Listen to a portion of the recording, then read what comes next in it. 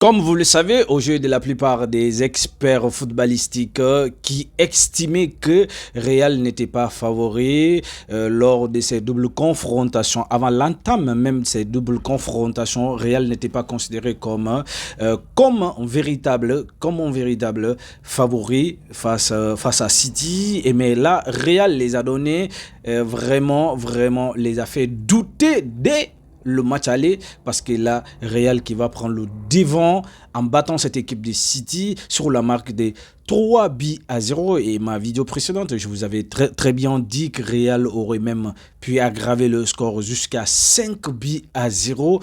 Complètement, la partie était complètement maîtrisée par les merengues.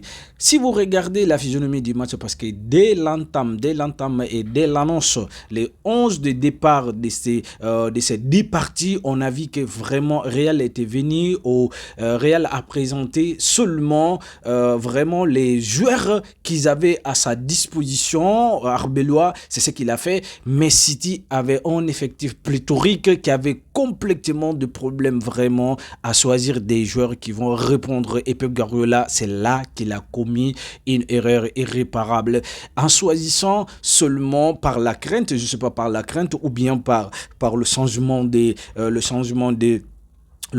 système. On a vu que franchement, il manquait beaucoup d'automatisme dans le secteur offensif Citizen. Et là, c'était un véritable problème parce que Erling Haaland était complètement isolé. Il est complètement qui avait complètement disparu dans les radars. Et c'était un véritable problème. Et on a vu, on les a encore giflés derrière par cet homme, Vinicius Junior, qui a été élu l'homme du match, largement maîtrisé, largement mérité, parce que là, c'est lui qui a provoqué le penalty, qui a même donné le carton rouge. Même le carton rouge a été discutable, et comme à chaque fois, c'est comme ça, et qui a parfaitement transformé, et cette fois-ci, il a complètement battu Donnarumma et qui a transformé ce but et qui a marqué également le deuxième but à la fin les temps additionnels. Et Vinicius Junior en cumul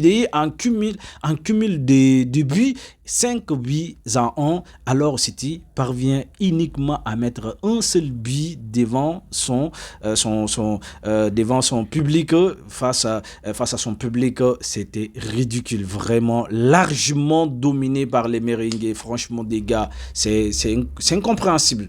Cette partie par la démonstration de force des Parisiens qu'ils avaient survolé au Parc des Princes sur la marque des 5-2. 5-2 au match retour. Et là, Paris a montré le rapport de force face à cette équipe de Chelsea qui avait quand même enregistré quelques absences, mais on ne peut pas se cacher derrière toutes ces excuses, dire ces excuses bidons. On vient juste d'évoquer le cas du Real Madrid qui avait des absences imminentes au sein de son équipe, mais là qu'ils ont parvenu quand même à marquer des buts et à se qualifier. Regardez, en cumul de buts, il y a 8-2. 8 buts contre 8 contre 2 buts. Et celle-ci n'a marqué que 2 buts face à cette équipe de Paris Saint-Germain. Paris Saint-Germain en a mis 8 buts. Les doubles confrontations, c'est incroyable. Il n'y a pas photo, franchement, entre ces deux clubs. Paris a pris largement sa revanche contre Chelsea lors de la finale de la Coupe du Monde des clubs. Et là, les gars, il n'y a pas photo.